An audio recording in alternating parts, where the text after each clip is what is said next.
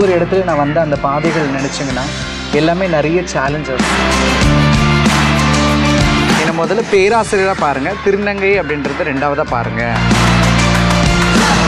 நம்மளை ஒரு தவறாக பேசின ஒரு வாய் இன்னைக்கு நம்மளை வந்து பெருமையாக பேசுது. நான் கொஞ்சம் டோட்டலி டிஃப்ரெண்ட்டாக.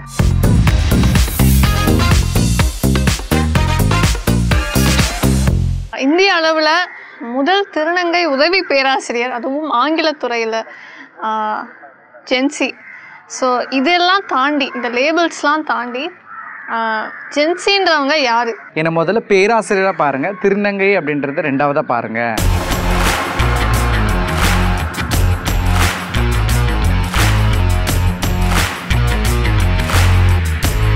இன்றைய காலகட்டத்தில் நம்முடைய சொசைட்டி பார்த்திங்கன்னா திருநங்கை திருநம்பி அப்படின்னாவே அவங்க எல்லாரும் வந்து அதாவது ஒரு செக்ஷுவல் ஒர்க்ஸ் பண்ணுறவங்களாகவும் பெக்கிங் ஒர்க்ஸ் பண்ணுறவங்களாகவும் ஒரு லேபிள் அவங்க மேலே இன்றைக்கி வரைக்குமே சொசைட்டியில் இருந்துட்டு தான் இருக்குது.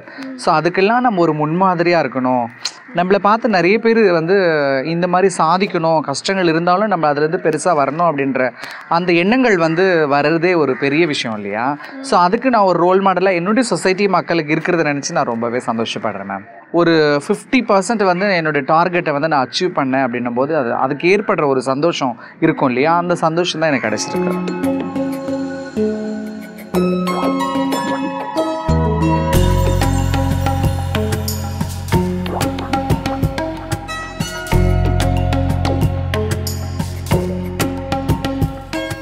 பத்தாம் வகுப்பு படிக்கும்போதே ஒரு திருநங்கையாக பேராசிரியர் ஆகணும் அப்படின்னு நான் நினச்சிட்டேன். ஆனால் என்ன துறைன்றதை நான் நினைக்கல. நான் 12th வந்து இங்கிலீஷில் ரொம்ப கம்மியான மார்க் எடுத்தேன். நம்ம எல்லாருமே என்ன நினைப்போம், இப்போ நம்மளுக்கு ஒரு விஷயம் வரலைன்னா அதை நம்ம எல்லாம் படிக்கும்போதெல்லாம் அதை விட்டுருவோம். அதை நினச்சி நம்ம வர வைக்கணும்னு யாருமே நினைக்க மாட்டோம். ஆனால் நான் கொஞ்சம் டோட்டலி டிஃப்ரெண்ட்டாக. ஸோ அதை பார்த்தீங்கன்னா அது வராத அந்த இங்கிலீஷ் சப்ஜெக்டை நம்ம ஏன் அதை எடுத்து அதில் பேராசிரியர் ஆகக்கூடாது அப்படின்றதுக்காக தான் நான் இங்கிலீஷ் டிபார்ட்மெண்ட் சூஸ் பண்ணுவேன்.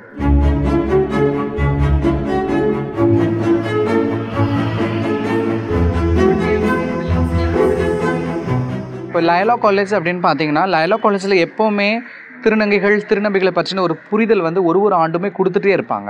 ஸோ அந்த மாதிரி கொடுக்கும்பொழுது இந்த புரிதல் வந்து அங்கே எல்லா மக்களுக்குமே நிறையவே இருக்குது. அதனால் அந்த இடத்துல எனக்கு ஆஸ் எ திருநங்கையாக அந்த காலேஜ் நான் ஒர்க் பண்ணுறதுனாலையும் அங்கே வந்து என்னுடைய பணியை நான் தொடர்ந்து பண்ணிட்டு இருக்கிறதுனாலையும் எனக்கு வேறுபாடுகள் அங்கே எதுவுமே பார்க்கப்படவில்லை. அது வந்து ஸ்டூடெண்ட்டாக இருக்கட்டும் இல்லைன்னா வந்து ஸ்டாஃபாக இருக்கட்டும், அவங்க எல்லாருக்குமே ஒரு ஆண்டுமே புரிதல் கொடுப்பாங்க.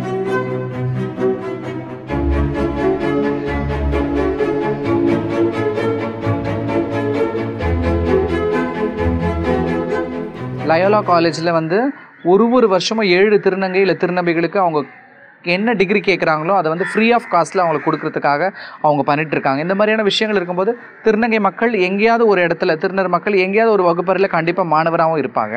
அதனால் அந்த புரிதல் அங்கே வந்து அதிகமாகவே இருக்குது. அது வந்து அங்கே வந்து எனக்கு ஒரு அன்கம்ஃபர்டபுளான நிலைமை அப்படியெல்லாம் எதுவுமே அங்கே எனக்கு வராது. ஏன்னா லயோலா காலேஜை நான் எப்போவுமே படிக்கிறது வந்து அது ஒரு கோயிலாக தான் கன்சிடர் பண்ணுவேன். நான் அந்த காலேஜுக்குள்ளே அடி எடுத்து வைக்கும் பொழுதே ஒரு கோயிலாக தான் நினச்சேன். இன்றைக்கு வரைக்கும் நான் அப்படி தான் நினச்சிட்ருக்கேன்.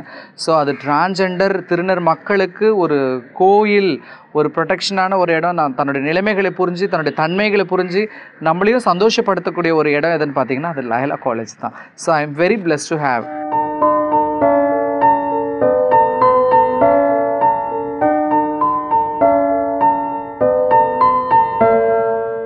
பொதுவாகவே வந்து ஒரு இடத்துக்கு நம்ம வரணும் அப்படின்னா அதுக்கு பல தடைகளை தாண்டி தான் வந்து எந்த ஒரு துறையாக இருந்தாலுமே, குறிப்பாக ஒரு திருநங்கையாக இருந்து நீங்கள் உதவி பேராசிரியர் இந்திய அளவில் அப்படின்ற முதல் திருநங்கை உதவி பேராசிரியர், அதுவும் ஆங்கிலத்துறையில் அப்படின்ற இடத்துக்கு வர்றதுக்கு இந்த ஒரு தடை, இது ஒரு பெரிய தடை, இதை நான் தாண்டி வர வேண்டியதாக இருந்தது அப்படின்னா அந்த ஜேர்னியில் நீங்கள் வந்து எதை நீங்கள் குறிப்பிட்டு சொல்லுவீங்க? நான் என்னுடைய படிப்புக்காக சென்னை வரும்பொழுது ஒரு விடுதியில் தங்கியிருந்தேன், ஒரு கவர்மெண்ட் விடுதி. அந்த இடத்துல நான் ரொம்ப வந்து என் மனசு ரொம்ப வேதனைப்பட்ட ஒரு இடம். ஏன்னா என்னுடைய நடை உடை பாவனைகளை வச்சு என்னை வந்து ரொம்ப இழிவாக பேசின மாணவர்கள் அங்கே நிறைய பேர் இருந்தாங்க. அவங்க பேசின அந்த வார்த்தைகள் என்னை பற்றி வந்து என்னை வந்து புரிஞ்சிக்காமல் என்னுடைய நடை உடை பாவனைகளை வச்சு என்னை வந்து ஒரு மாதிரியாக அவங்க தீர்மானித்து அவங்களாவே பேசுகிற அந்த வார்த்தைகள் எனக்கு கொஞ்சம் வலிச்சுது. அது மட்டும்தான். மற்றபடி என்னுடைய வாழ்க்கையில் நிறைய சேலஞ்சஸ் ப்ராப்ளம்ஸ் எல்லாம் ஸ்கூல்லையோ கல்லூரி எஜுகேஷன்லேயும் கிடையாது. ஏன்னா என்னுடைய வகுப்பில் எல்லாத்துலேயுமே நான் முதல் மாணவராக இருந்ததால் அந்த மாதிரியான ப்ராப்ளம்ஸ் எல்லாம் எனக்கு வரல அப்படின்னு.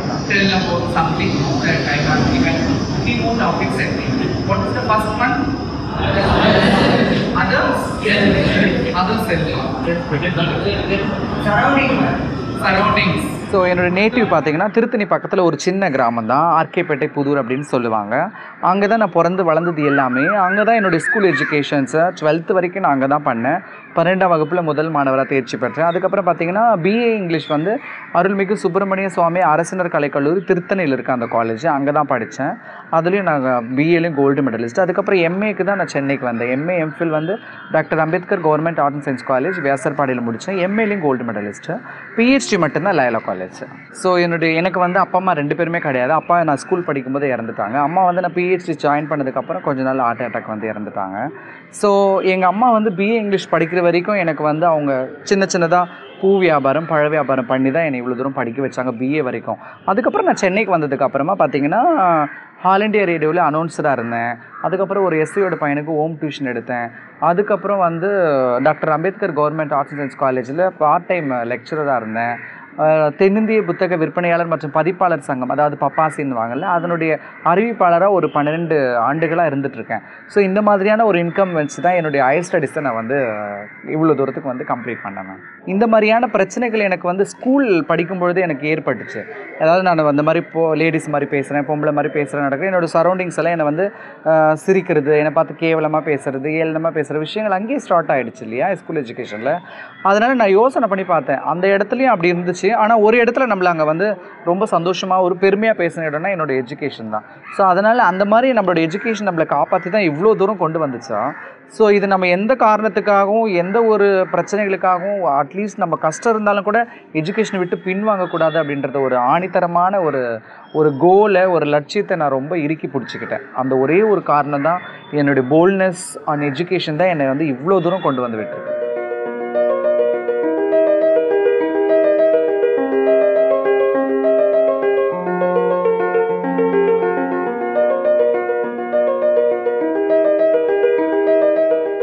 ஒரு விசித்திரமாக பார்த்த அந்த உலகம் ஏதோ ஒரு இடத்துல என்னை வந்து சந்தோஷமாக என்னை பெருமைப்படும்படி பேசிகிட்டே இருக்காங்க இல்லையா.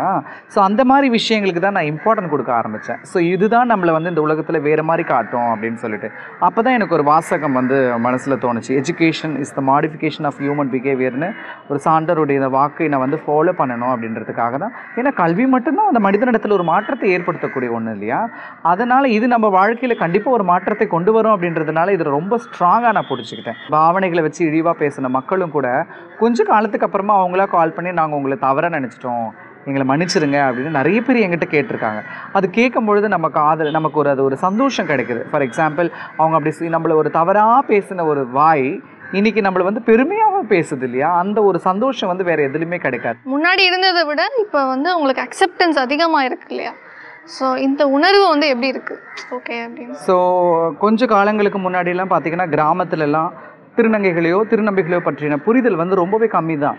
அது when we compare to சென்னையில் ஓரளவுக்கு அந்த அவேர்னஸ் இருக்குது. நம்ம தமிழக முதல்வர்கள் கூட இப்போ பார்த்திங்கன்னா நிறைய அவேர்னஸ் டிரான்ஜெண்டர்ஸை பற்றி கொடுக்குறாங்க, டிரான்ஜெண்டர்ஸை பற்றி விளக்குறாங்க. ஸோ அதன் மூலமாக நிறைய அவங்களுக்கு புரிதல் வந்து ஏற்பட்டு தான் இருக்குது.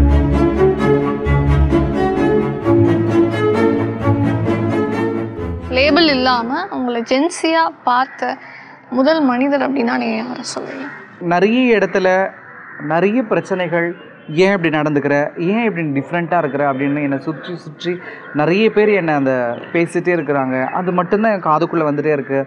ஏன் இப்படி இருக்கிற, உன்னை நீ மாற்றிக்க முடியாதா, ஏன் அந்த மாதிரியான கேள்விகள் என்னை சுற்றி இருக்கிற மக்களும் சரி, என்னோடய உறவினர்களும் சரி, என்னை சுற்றி இருக்கிற என்னோடய ஃப்ரெண்ட்ஸ் சர்க்கிள்ஸ், சொசைட்டி எல்லாருமே என்னை கேட்டுகிட்டே இருப்பாங்க.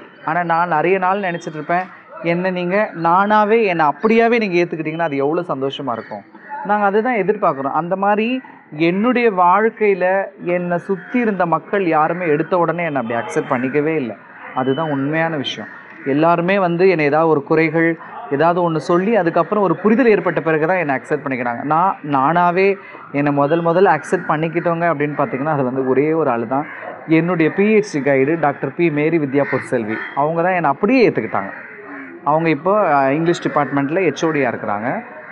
என்னோடய ரிசர்ச் சூப்பர்வைசரும் அவங்க தான். என்ன நானாகவே முதல்ல அக்செப்ட் பண்ணிக்கின ஒரு நபர் யாருன்னு பார்த்தீங்கன்னா அவங்க தான்.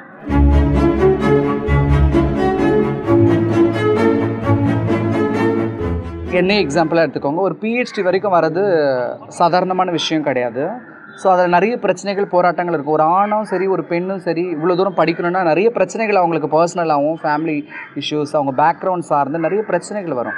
ஆனால் அது எங்கள் மக்களுக்கு, எங்கள் சமூக மக்களுக்கு கொஞ்சம் அதிகம். ஸோ அதனால் பிரச்சனைகளை நமக்கு இருக்கும், அது நம்மளை கடந்து போகுன்றதை நம்ம நினச்சிக்கிட்டு நம்முடைய இலக்கை நோக்கி தொடர்ந்து பயணிச்சுட்டே இருந்தோன்னா அந்த நம்முடைய தடை கற்கள் எல்லாம் கூடிய விரைவில் நமது முயற்சிகளால் அது வந்து பொடி பொடியாகி நம்முடைய வாழ்க்கையில் நம்ம அடைய வேண்டிய லட்சியத்தை கூடிய சீக்கிரத்தில் அடைவோம். அதனால் நம்ம சோர்ந்து போகக்கூடாது அப்படின்றது தான் என்னுடைய கருத்து. உங்களுக்கு நிறைய பிரச்சனைகள் இருக்குது, போராட்டங்கள் இருக்குது, பேரண்ட்ஸ் அக்செப்ட் பண்ணிக்கல, வீட்டில் ஏற்றுக்கல, சொசைட்டி இப்படி பார்க்குதுன்றதை காட்டிலும் நம்ம என்ன பண்ணிகிட்ருக்கோம் அப்படின்றது நம்ம ஒவ்வொரு மக்களும் வந்து எங்கள் சமூக மக்களும் யோசித்து தங்களோட இலக்கை நோக்கி பயணித்தாங்கன்னா கண்டிப்பாக டாக்டர் ஜென்சி மாதிரி நிறைய திருநர் மக்கள் வெளியே வந்து தங்களை வந்து பெரிய பெரிய ஆட்களாக காட்டிப்பாங்க அப்படின்றது தான் என்னுடைய சஜஷன். இந்த சொசைட்டியில் எப்படி ஆண் பெண் இயற்கை அப்படின்னு சொல்லி அப்படியே அவங்கள ஏற்றுக்கிறீங்க, ஆனால் எங்களை யாரும் ஏற்றுக்க மாட்டீங்களே. திருநர் மக்களாகிய திருநங்கைகளும் திருநம்பிகளும் இயற்கையை சார்ந்தவங்க தான் அப்படின்னு எல்லாரும் ஏற்றுக்கிட்டாவே அதில் இருக்கிற ஒரு சந்தோஷம் வேறு எதுவுமே கிடையாது. எங்களாவே ஏற்றுக்கோங்க, அதுதான்.